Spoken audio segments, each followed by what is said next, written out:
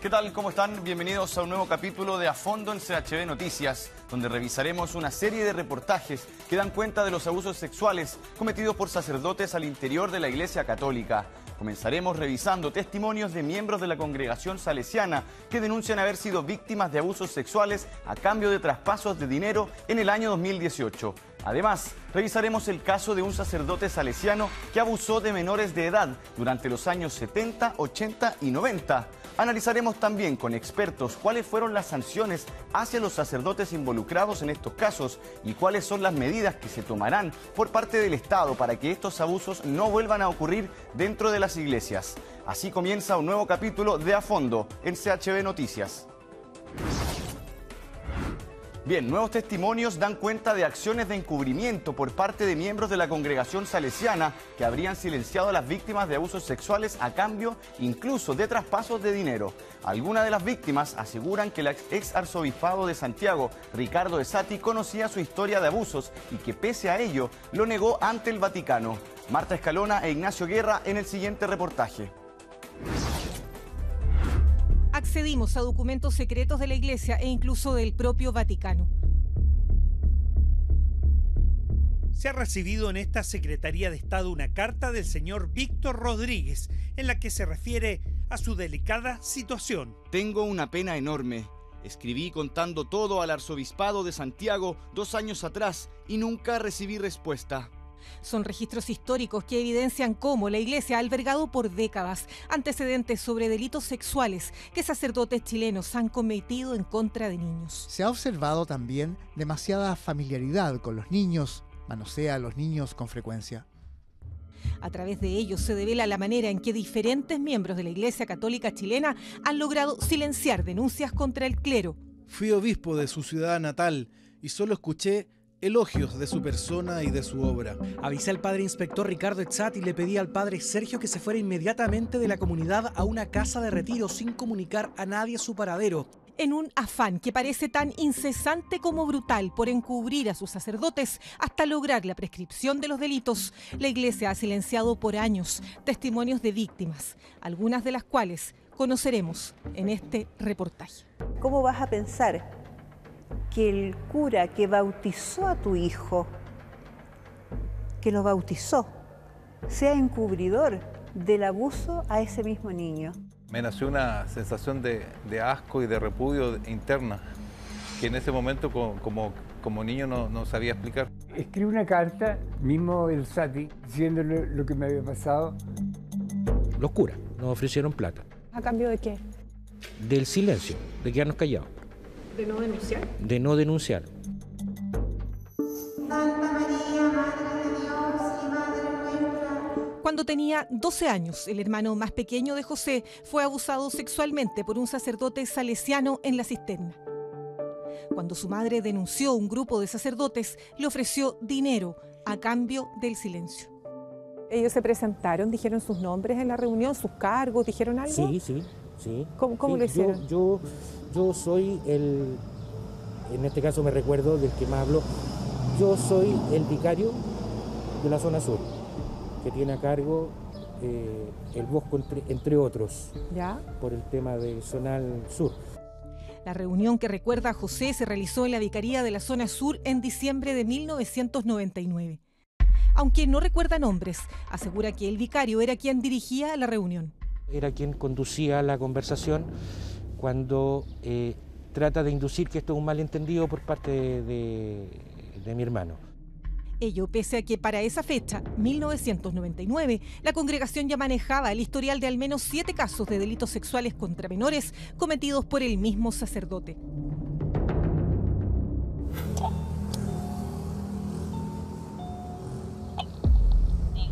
Hola, buenos días. Mire, soy periodista de Chilevisión. Estoy tratando de buscar, de saber quién era el vicario de la zona sur en el año 1999.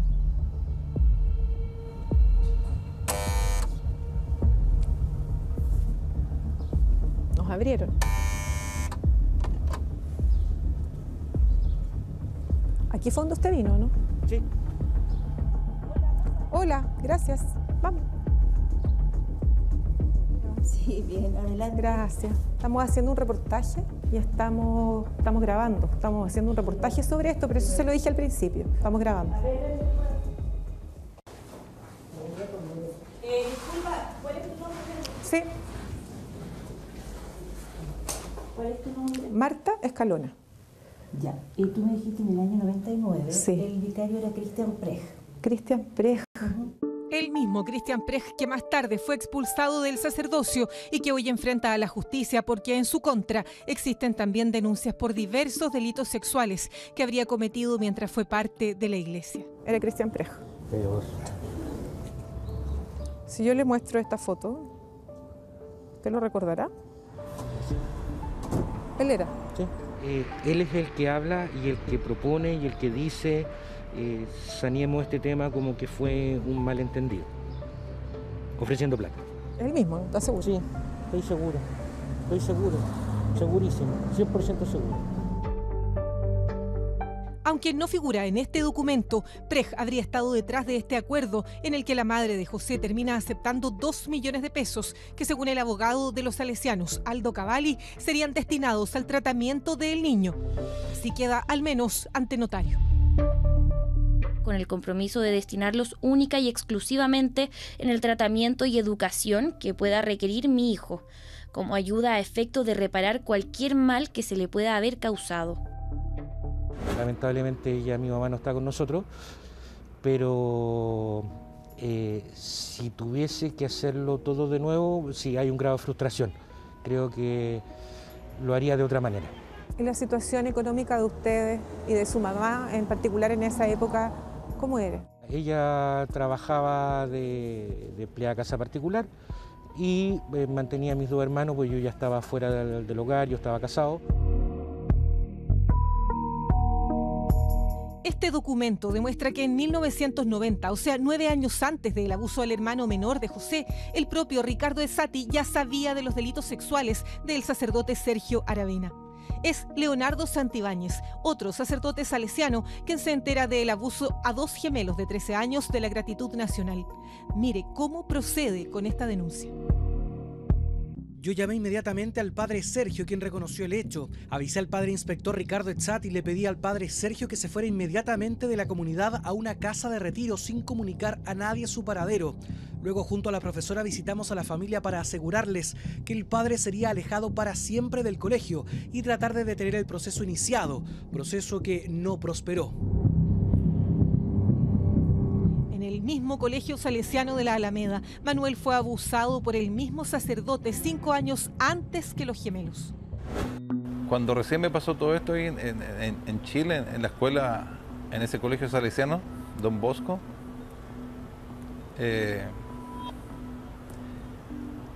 yo no, que me bloqueé y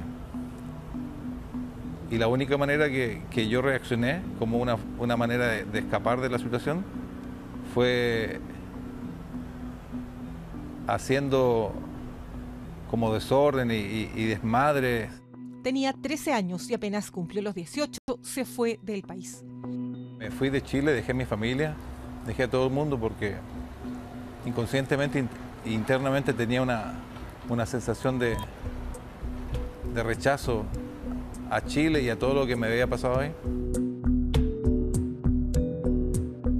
En 2002 escribió a la congregación salesiana para exigir la salida del sacerdote que seguía instalado en el mismo colegio. Aldo Cavalli, el mismo abogado que supo del abuso sexual al hermano menor de José, y Leonardo Santibáñez, el mismo sacerdote que logró silenciar el abuso a los gemelos, se contactó con los padres de Manuel en Chile. Fuimos al arzobispado, hicimos la denuncia y después nos llamaron para ver qué es lo que queríamos. ¿Cómo interpretas hoy día esta pregunta de parte de ellos? ¿Por qué la hacen? Que seguramente para que yo no siguiera con ninguna acción, solamente para ver si me podían comprar mi silencio. Y eso es lo que yo sentí cuando me llamaron, o sea, ¿qué es lo que quieren?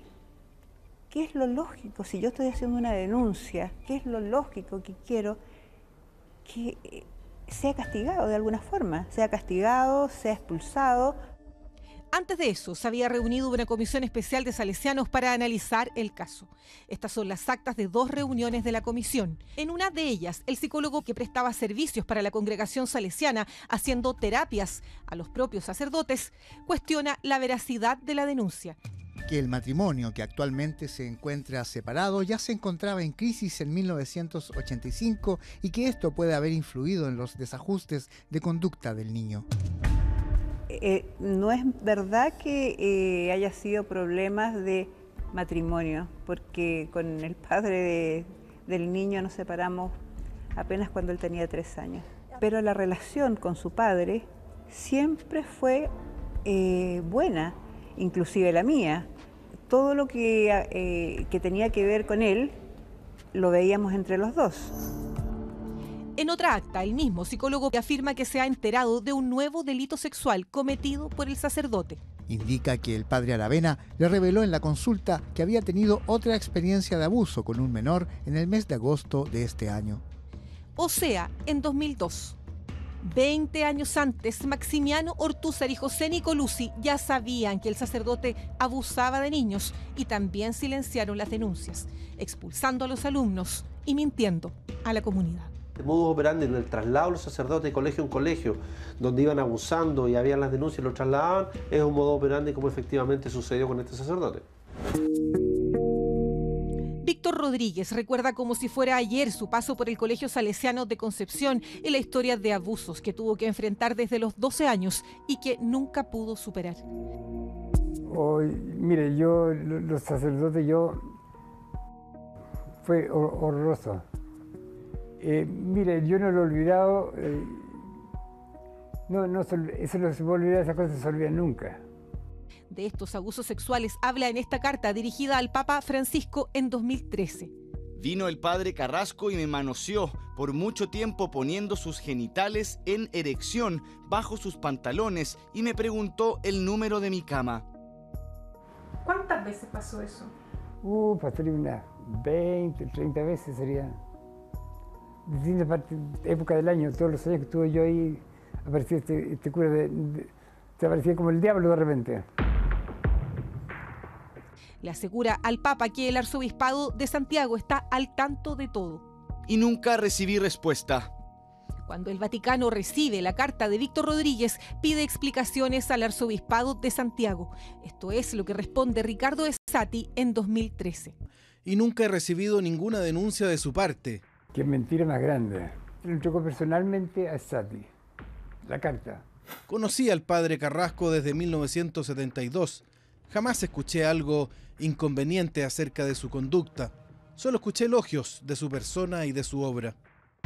Pero no era difícil encontrar antecedentes sobre Carrasco. Esto estaba anotado en su hoja de vida como sacerdote. Demasiada familiaridad con los niños. Manosea a los niños con frecuencia. Víctor Rodríguez cuenta en su carta que el sacerdote Muñoz también lo abusó. Los salesianos tenían corredores que a veces no daban ni un alma. Parte donde no había nadie. Yo iba creyendo y de repente aparecía el cura. Ese señor Muñoz me buscaba a darme besos. Esati no se refiere a él en su respuesta ante el Vaticano, pero lo cierto es que el ex arzobispo de Santiago sabía de los problemas del sacerdote Muñoz, al menos desde 1990, cuando le escribe esta carta. Canónicamente, tu situación es grave, pero me preocupa mucho más que esto, tu vida religiosa y sacerdotal.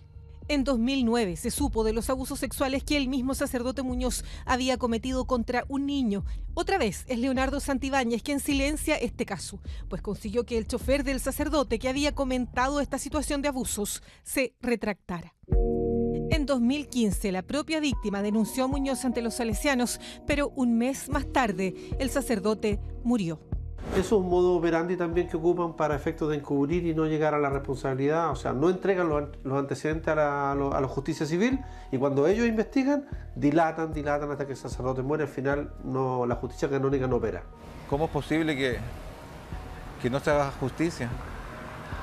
No se hace justicia con los abusadores, con la gente que hace todo esto.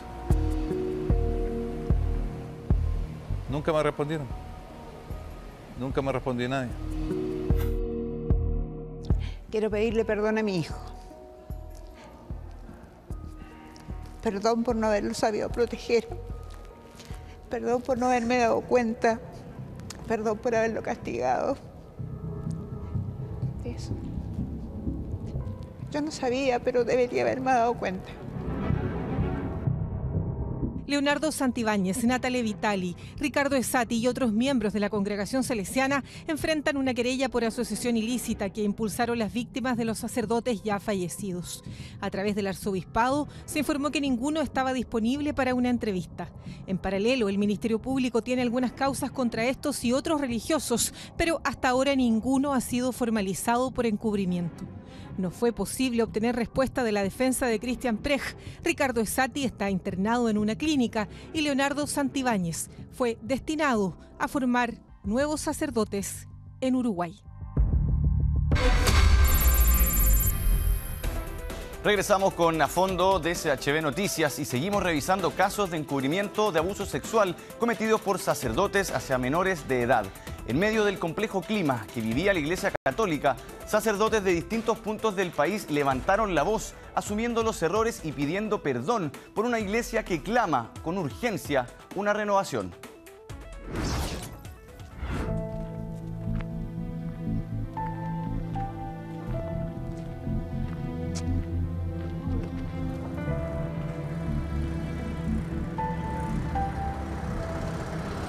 Increíble, pero esos autos que pasan ahí son los Uber, como le llama la gente.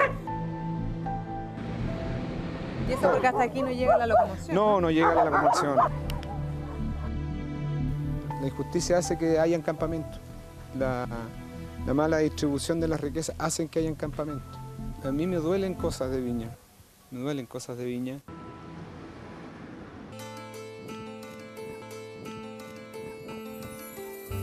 De postura crítica y comentarios punzantes, así es el padre Marcelo Catril, sacerdote del sector de Achupayas de Viña del Mar, el mismo que sacó titulares tras alzar la voz en su cuenta de Twitter contra la alcaldesa Virginia Reginato, quien culpó a los campamentos del déficit municipal.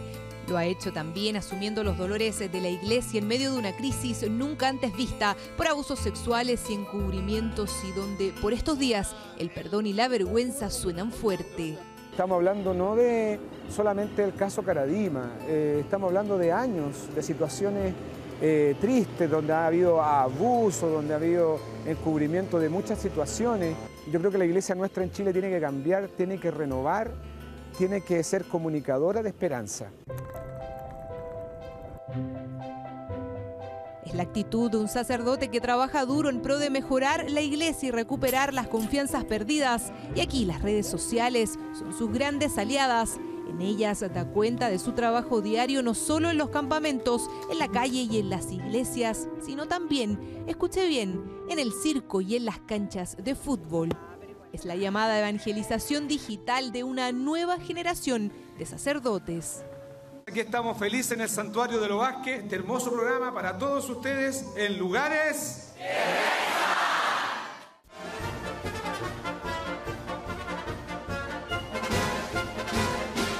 Y me ha ayudado con mi propia peluca, tengo una peluca natural.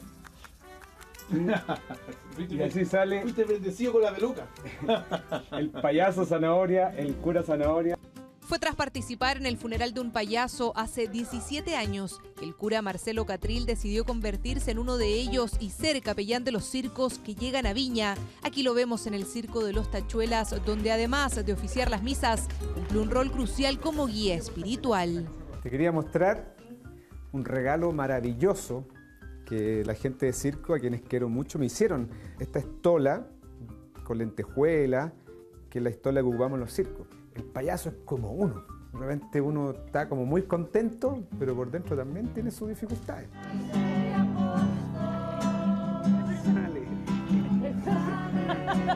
Va a donde se le llame, va sin ni un compromiso. Y la verdad que no encontramos un cura, encontramos un amigo. El cura Zanahoria ya es parte de nosotros, es parte del circo y aquí el público lo puede ver. Aquí en esta galería de payasos también lo tenemos de payaso. Siempre terminábamos diciendo no somos grandes artistas ni tampoco queremos ser menos. Lo único que queremos pedir es un aplauso a los payasos chilenos.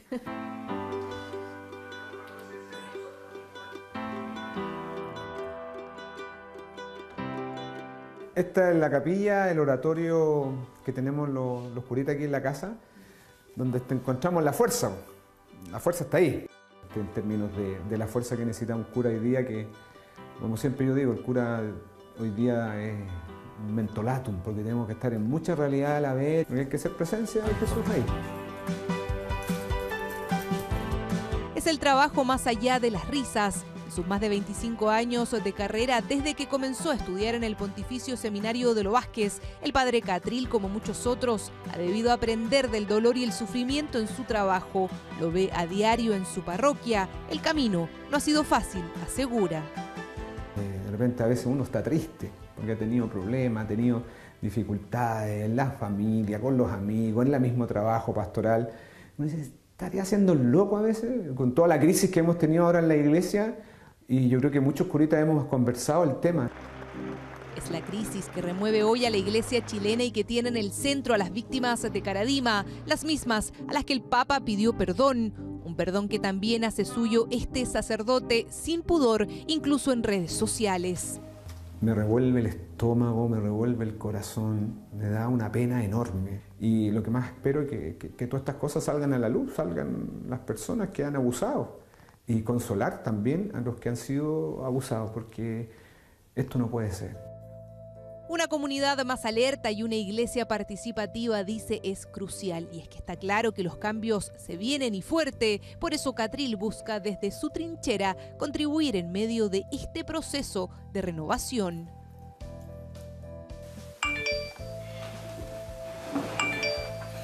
En Instagram son fotos más con la gente o algún paisaje. Sí, y algunos que lo hacen mucho más que yo, mucho más que yo. Son curas más millennial que yo, digamos, porque entraron más tarde al seminario. Yo ya 18 años de sacerdote. Si Cristo estaría en este tiempo, hubiese ocupado los medios. Yo creo que uno de los pecados de la iglesia que hemos tenido es que siempre vamos atrasados. Es la tecnología al servicio de la iglesia en lo que llaman evangelización digital, una forma de llegar mejor a los fieles. El padre Catril sabe de eso y lo hace a través de Instagram, subiendo estos videos con un título particular. Aquí, en Lugares que Rezan, estamos aquí en la ciudad de Petra. Estamos en la Basílica de la Agonía del Señor. Le mandamos un saludo grande de los Andes aquí en el programa Lugares que Rezan. En Lugares que Rezan. En Twitter ya suma casi 4.000 seguidores. Aquí replica pensamientos, información de interés y postura crítica. Hace poco, uno de sus mensajes causó revuelo al criticar a la alcaldesa de Viña, quien justificó el déficit municipal en el gasto que han hecho en campamentos. Yo soy cura de allí y estoy seguro que no es así, respondió. Que tiré un tuit, y se retuiteó por todas partes. Es increíble cómo uno ve que las redes sociales aporta y también trae dificultades, pero cuando uno quiere mostrar una realidad la puede hacer. Somos amigos hace mucho tiempo con la alcaldesa, entonces se me espantó un poco. Yo creo que fue una oportunidad que tuve de poder unirme más al municipio y poder hacer cosas en conjunto. Vamos ahora al campamento Manuel Busto. En el campamento viven cerca de 4.500 personas. Sí, el más grande de Chile. Tenemos, que no es ningún orgullo, digamos. Súbanse, hermano. Aquí el flagelo más grande es la droga. Es la droga, el tráfico que también hay.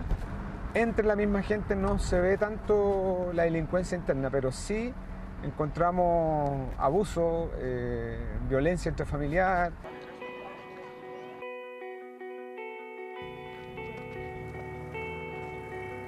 Esos autos que pasan ahí son los Uber, como le llama la gente, que se meten en cualquier parte. ¿Y eso porque hasta aquí no llega la locomoción? No llega la locomoción. No hay ni colectivo, ni micro, nada. A mí me duelen cosas de Viña. Y uno sale de este cerro para abajo y ve otro mundo. Son en total cerca de 1.200 las familias que viven acá en el campamento Manuel Bustos, 300 de ellas las más vulnerables. Aquí no solo deben lidiar con la pobreza, la delincuencia y los problemas de transporte, sino también con la estigmatización. Este es el llamado patio trasero de Viña del Mar. Mi hijo llegó cuando tenía 1 año, hoy tiene 20. Está estudiando técnico en construcción y trabaja. Entonces los cabros se sacan la cresta también para romper el círculo. Que acá existe más que una necesidad económica, existe una necesidad de solución de vivienda. Y que la gente no está esperando que le regalen nada, sino que está buscando sus propias oportunidades. Aquí han vivido más de 20 años, sin agua potable y mientras la basura se acumula en las quebradas. Pero ahora comenzarán a vislumbrar un mejor futuro con un proceso de urbanización que ya se puso en marcha y que debería dotarlos de servicios básicos y regularizar las viviendas. Y la Capilla de la Toma no será la excepción. Algunas de las casas que están aquí, por ejemplo, esa chiquita que está ahí, van a tener que salir de este lugar. Esos terrenos van a ser eliminados por la seguridad. También otros ganaron ya su subsidio y están viviendo en otra parte de mejor manera.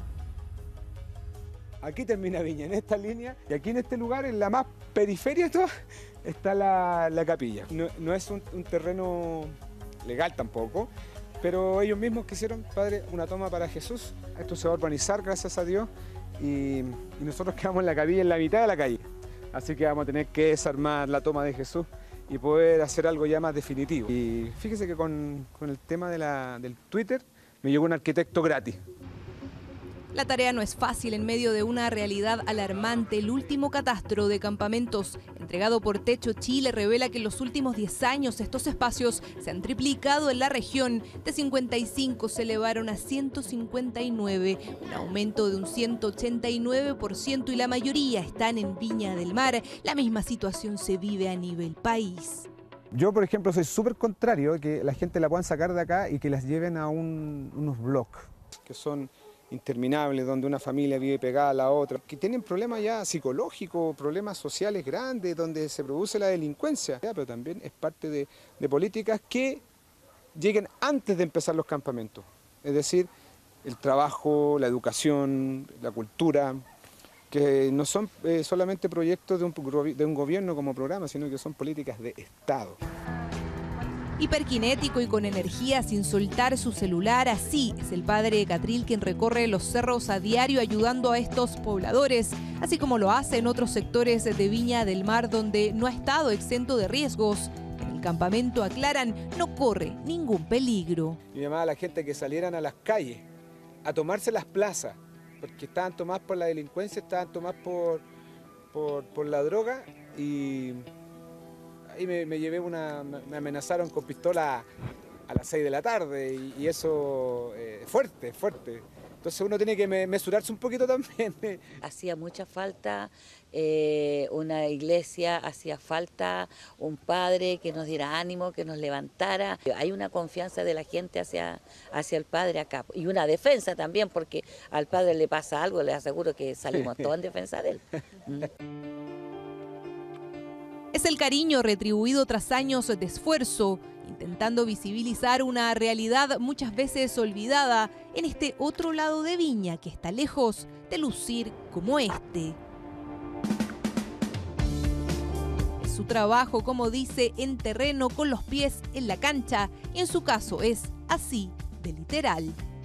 Estamos llegando aquí al complejo deportivo de Everton. Muchas veces acompaño al equipo, pero 1 hora y media antes nos juntamos en la sala de prensa para hacer la oración, la Eucaristía muchas veces. Sus oraciones antes de un partido son ley para los jugadores de Everton. Aquí lo reciben como si fuese su casa. Oye, Alzazo, un gran amigo. Gran arquero. Hola, mijita. Hace 1000 años. Desde que el club pasó a manos del Pachuca, hoy es casi uno más. De hecho, cuando no puede venir, ¿dónde está el padre Marcelo? ¿Dónde está el padre Marcelo? Gracias, maestro. Lo mismo. Gracias. ¡Huevita! Hola, padre. Para todos nosotros que somos creyentes, que creemos en esto, nos ayuda mucho. Que con esto metan un buen Huevita al próximo partido, así que vamos bien. Esperemos, ahí vamos a estar metiéndole ganas. Muchas gracias. Nos vemos. ¿Cómo andás, padre? ¿Todo bien? Bien, todo muy bien. Al final el padre siempre está con nosotros, la verdad que es muy bueno el trabajo que él hace con todos nosotros, el trabajo social que hace más que nada. Le falta tiempo, pero no ganas para seguir haciendo cosas. Es lo que se requiere hoy en día, dice. Una renovación necesaria al servicio de la comunidad para no seguir cometiendo los errores y abusos que hoy mantienen en tela de juicio a la Iglesia chilena, con obispos renunciados, sacerdotes suspendidos y a un papa investigando con lupa este clero que despierta todo tipo de desconfianzas. Estamos hablando no de solamente del caso Caradima, estamos hablando de años, de situaciones tristes, donde ha habido abuso, donde ha habido encubrimiento de muchas situaciones. Hay que ser un parelé, pues, un basta. Padre, ¿qué tan importante es estar hoy en día en la cancha para los sacerdotes? Bueno, la vida es una cancha de fútbol. Si no somos esencia de Dios, oye, a Luis nos vamos. Porque no podemos ser cura de misa y olla, o sea, hacer la misa y quedarte comiendo en tu casa y nada más.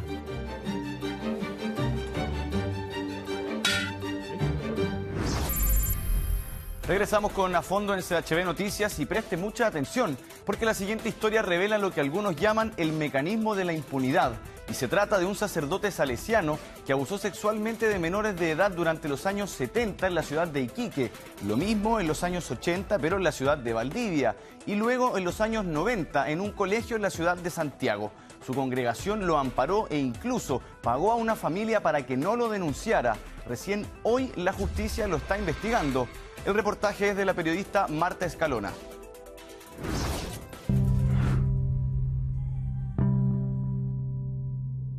He atentado contra el sexto mandamiento con varones menores de edad en forma reiterada.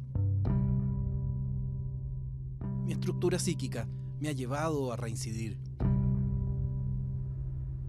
Vengo a solicitar de su santidad la gracia de ser dispensado del celibato y de sus obligaciones. Con estas palabras, el sacerdote salesiano Sergio Aravena se dirige al Papa Juan Pablo II y confiesa que ha cometido reiterados abusos sexuales a menores. Todos permanecieron ocultos durante décadas, hasta hoy. El cura iba como avanzando a poco. Con una mano te tocaba, ¿cachai?, la oreja o el cuello, y con la otra mano te tocaba el pene. Viajamos al sur del país para encontrar las piezas de una historia que conmueve y que indigna a la vez. Las denuncias contra el sacerdote Aravena eran conocidas por altas autoridades eclesiásticas, entre ellos los obispos Tomás González y Ricardo Esati. ¿A usted le parece correcta la actitud que tuvo en ese entonces? ¿Ha reflexionado sobre eso? Vamos tras las huellas que el cura Sergio Aravena dejó en Valdivia, heridas que aún están vivas en varias de sus víctimas. Uno de estos capítulos se escribió en la década de los 80, tras los muros del Instituto Salesiano de Valdivia. Sus protagonistas, alumnos que no sobrepasaban los 13 años. Dos de ellos, por primera vez, se atreven a contar los abusos sexuales a los que el entonces vicerrector del instituto, el cura Sergio Aravena, los sometió durante años. Es algo que cargáis toda la vida, pero es duro. Uno trata de ser fuerte, pero lo llevas siempre. Carlos estaba en séptimo básico y tenía 12 años cuando la simpatía del cura Sergio Aravena se transformó en abuso. Quedaba en blanco, no sabía cómo reaccionar, no sabía qué decir. No podía reaccionar a nada y nadie te creía. No tenía un padre presente y encontró en este sacerdote una figura protectora. Aravena se mostraba amable, carismático y ganaba fácilmente la confianza de los menores. Y cuando tú le caías en gracia a él, o eras parte de su círculo, él te decía que le digas Sergio. Que no le digas padre ni le digas cura, que le digas Sergio. Pedro tenía 12 años cuando fue abusado en reiteradas ocasiones también por Aravena. Sus recuerdos siguen intactos. Yo me sentaba al lado de él y él ya me empezaba a tocar. Y te preguntaba, por ejemplo, si cuántas veces yo me masturbaba en el día. No, curita, le decíamos nosotros padres, y nosotros no, pues dígame la verdad, pues, cuántas veces se masturba en el día y dígame cuánto semen le sale. Y con una mano te tocaba, ¿cachai?, la oreja o el cuello, y con la otra mano te tocaba el pene. A diferencia de otras víctimas, Pedro y Carlos tuvieron un límite para el silencio. Nos relatan el momento en que decidieron contar sobre los abusos. Estaba el cura Aravena en su oficina y llamó a mi amigo. Y cuando llama a mi amigo, yo voy detrás de él después y abro la puerta de la oficina del cura y el cura lo estaba tocando. Y yo lo vi y le digo, lo llamo por su nombre a mi amigo, así y como gritándole, y este como reacciona y le pega un empujón al cura y el cura cae. El cura nos dijo, yo me voy a encargar de que no estén en el colegio este año. Ambos le contaron a sus madres los abusos que sufrieron. Luego denunciaron lo ocurrido al director del Instituto Salesiano, Maximiano Ortúzar. Y le dijimos y él no nos creyó y nos echó de la oficina. Que no podía ser, que estábamos equivocados, que era una mala interpretación de nosotros. Fue muy déspota y no nos creyó y nos echó. La amenaza del cura Aravena se cumplió. Ese mismo año, los 2 niños fueron desvinculados del Instituto Salesiano. Buscamos al exdirector Maximiano Ortúzar para saber si recordaba esta denuncia. Lo encontramos en Santiago, en la comuna de La Cisterna.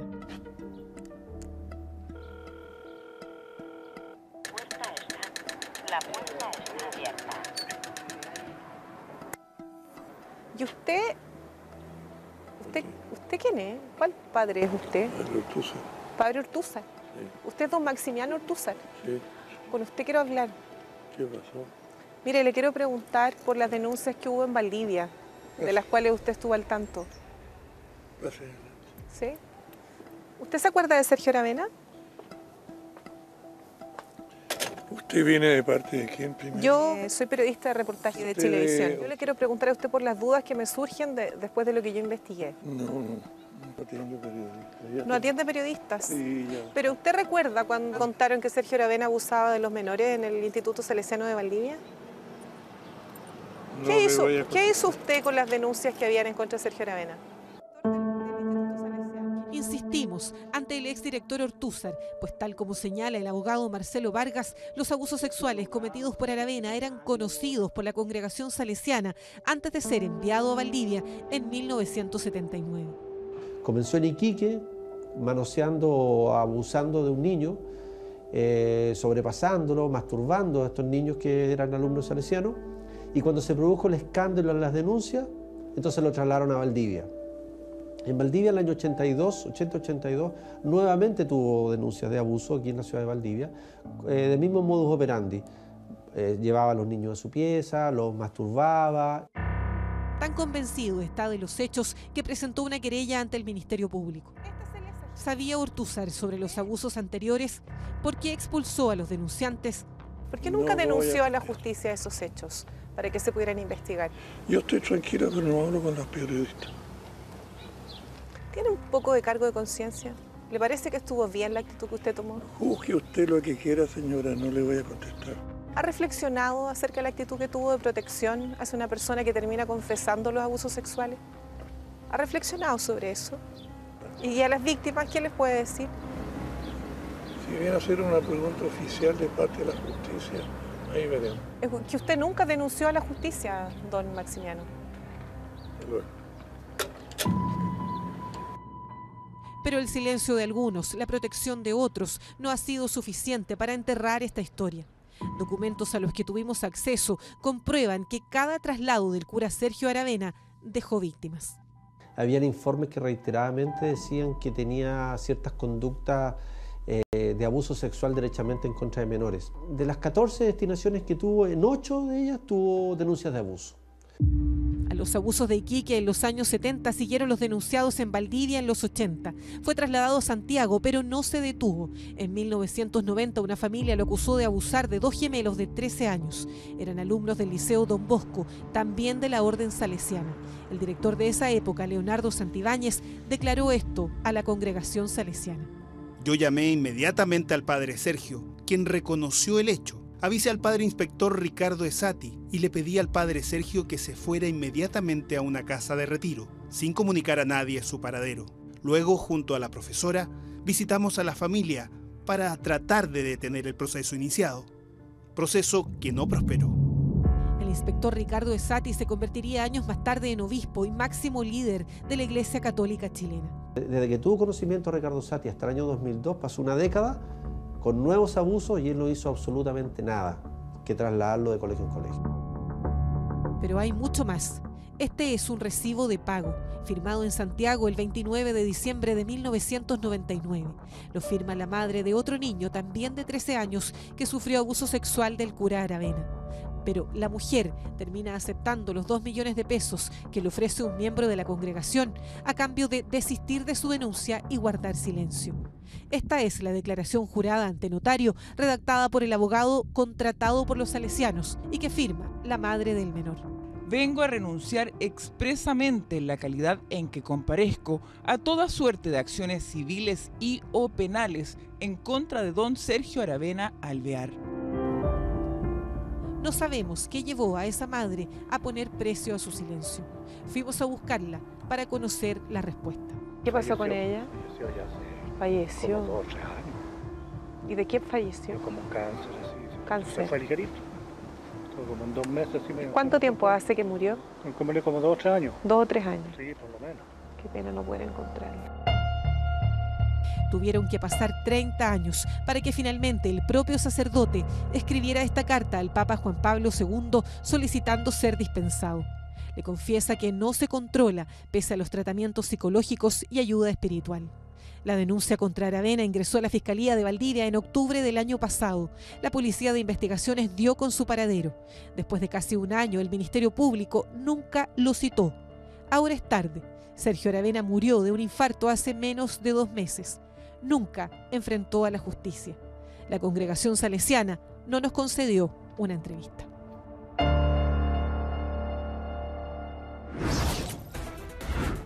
Y para analizar más en detalle sobre los abusos cometidos en la Iglesia Católica, tomamos contacto con Alejandro Álvarez, abogado y vocero de Voces Católicas. ¿Cómo estás, Alejandro? Bienvenido a Chilevisión Noticias. Hola, muy buenos días. Muchas gracias. Alejandro, bueno, lo veíamos recién en este reportaje. ¿Por qué ocurren los abusos sexuales dentro de la Iglesia Católica? ¿Y qué es lo que posibilita finalmente que se den estas situaciones adentro? ¿Son los contextos, las relaciones? ¿Por qué ocurre esto dentro de la Iglesia? Mira, lo que hemos visto y lo que hemos aprendido con esta situación tan dramática del abuso es que el caldo de cultivo para que se dé el abuso tiene varios ingredientes. Los más importantes son una relación de poder o autoridad, dinero, es decir, un control económico sobre la persona y, en tercer lugar, vulnerabilidad por parte de la persona, ya sea afectiva, social, y esos elementos generan las condiciones sobre las que se da el abuso. Ahora, nosotros hemos aprendido bastante con todo, gracias a las víctimas. No hay que olvidar que en Chile todo esto se destapó gracias a las víctimas, a víctimas valientes que no dudaron en llegar hasta las últimas consecuencias para que esto se supiera, saliera a la luz. Y por eso estamos, yo me atrevería a decir, en un estadio distinto que nos ha permitido aprender de estas amargas experiencias para ir detectando cuáles son los ambientes sanos y cuáles no. Entonces, evidentemente, dentro de la Iglesia, y ojo, no solo dentro de la Iglesia, sino que hemos ido detectando también en el tiempo en instituciones, por ejemplo, en los medios de comunicación, en el mundo laboral, en organizaciones del Estado y en un sinfín de otras instituciones, también se dan estas características o condiciones que facilitan este tipo de conductas y que todos queremos erradicar mayormente, por supuesto, y por la gravedad que tiene la Iglesia Católica, donde es inaceptable.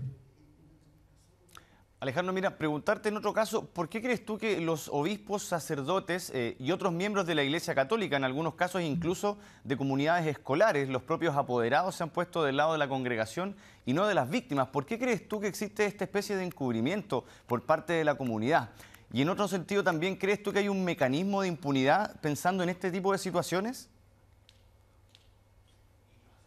El problema que yo veo a la base de esto es que por mucho tiempo se privilegió a la institución por sobre las personas. Y cuando se privilegia la institución, se defiende la institución. Y eso es incorrecto, eso está mal. Aquí, ¿qué es lo importante frente al abuso? Y tengo que confesar algo que me pasó a mí, yo sé que a otros católicos también. Las primeras voces de las víctimas, yo no les creí. Yo, o sea, la verdad, o sea, no puede ser, esto no... aquí debe haber algo raro, como que no me calzaba. Entonces, yo como muchos no le creímos a las víctimas. Entonces, y el problema es que tendemos todos, de una u otra manera, a defender a la institución, cuando lo verdaderamente importante en la iglesia y en cualquier otra institución son las personas. Y ese es un error muy grave que hemos cometido y que estamos corrigiendo. Hoy día yo te puedo decir en lo personal y de parte de otros católicos, o sea, yo por ningún motivo dudaría de una víctima que cuenta algo. O sea, yo le creo a la víctima y estoy con la víctima. O sea, la institución, desde el punto de vista de este problema, pasa a un segundo, tercer y cuarto lugar. Lo que tenemos que poner al frente de todo es a la persona, y especialmente a la persona, la víctima. Entonces, y ese aprendizaje ha sido muy doloroso, ha sido terrible, los costos humanos que hemos tenido que ir pagando en todo este tiempo son muy altos, pero al final del día yo siento que hemos aprendido una gran lección y que de alguna manera, por lo menos en la realidad actual de la Iglesia en Chile, veo que hay serios esfuerzos, incorporación de laicos, de mujeres, más allá del ámbito de la jerarquía, que han puesto otros focos, otras luces, y que han iluminado esta realidad tan oscura y tenebrosa que se estaba propiciando al interior de la Iglesia. Alejandro, lo veíamos en el reportaje, el caso de un sacerdote salesiano que abusó de menores de edad durante los años 70, 80 y 90 en diferentes ciudades del país incluso. A tu juicio, ¿qué acciones judiciales se deben tomar en contra de sacerdotes que cometan este tipo de abusos? No, ahí la recomendación inmediata, porque hoy día, cuando llega una víctima, se le recomienda que, aparte del proceso canónico, inicie inmediatamente un proceso penal civil, por el fondo para perseguir la responsabilidad. En estos casos más antiguos, claro, lamentablemente no se actuaba con prontitud, no existía esta conciencia de urgencia y celeridad, y por lo tanto, que muchos de estos casos evidentemente tienen elementos de impunidad muy graves. ¿Qué se puede hacer en esos casos?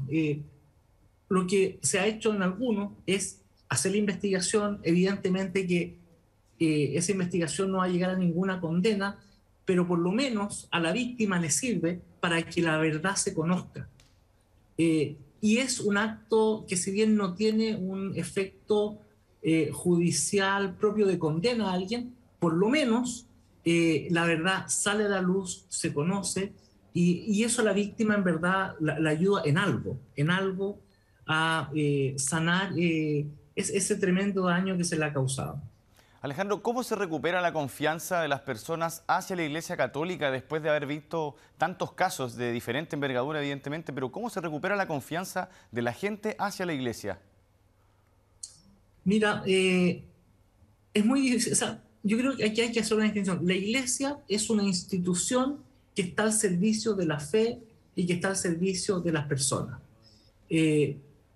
La manera en que la Iglesia tiene que recuperar esa confianza es volver a ponerse al servicio de las personas. No es posible que un obispo se sirva a sí mismo. El obispo, el papa, un sacerdote está para servir a las personas, no para hacerles daño, y mientras no percibamos esa disposición de servicio, de humildad, de entrega de parte de la jerarquía, evidentemente ese cambio y esa confianza no se va a recuperar. Se requiere transparencia, se requiere estar claramente, sin ambigüedades, del lado de las víctimas. Y eso es una exigencia, es el desde ahí todo lo demás. Y en eso se ha avanzado, me parece a mí. Hay instancias, por Por ejemplo, en el Arzobispado de Santiago existe esta Delegación para la Paz, la Verdad y la Paz, que precisamente pone a las personas y a las víctimas en el centro por sobre la institución. Y esa es la línea y tiene que irse contagiando, pero es un proceso largo y yo me atrevo a decir que se necesita también un cambio de generaciones a nivel de jerarquía para que estos cambios vayan notándose de mejor manera. El daño es muy grande, ciertamente no lo podemos negar. El otro elemento es que la solución no puede provenir solo desde la iglesia institución, sino que también desde la sociedad, desde los laicos, desde todas las personas de buena voluntad, porque el abuso no es algo que existe solo en la iglesia católica, sino que en la sociedad también existe y tenemos que combatirlo donde sea que aparezca. Y eso me parece a mí que es como un paso necesario. Yo nombro especialmente la Fundación para la Confianza, que es organizada por las víctimas y que cumple un rol muy importante en el combate contra el abuso. Alejandro, muy agradecido de haber estado con nosotros acá en A Fondo en Chilevisión Noticias. Alejandro Álvarez, abogado y vocero de Voces Católicas. Gracias por conversar con nosotros. Gracias, Nicolás. Bien, y así terminamos este capítulo de A Fondo en CHB Noticias. Los invitamos, por supuesto, a que sigan en nuestra programación y que revisen más información sobre este y otros temas en nuestro sitio web chbnoticias.cl y también en nuestras redes sociales y, por supuesto, a través de las pantallas de Pluto.tv. Continúen en nuestra sintonía. Nos vemos en un próximo capítulo de A Fondo en CHB Noticias. Hasta la próxima.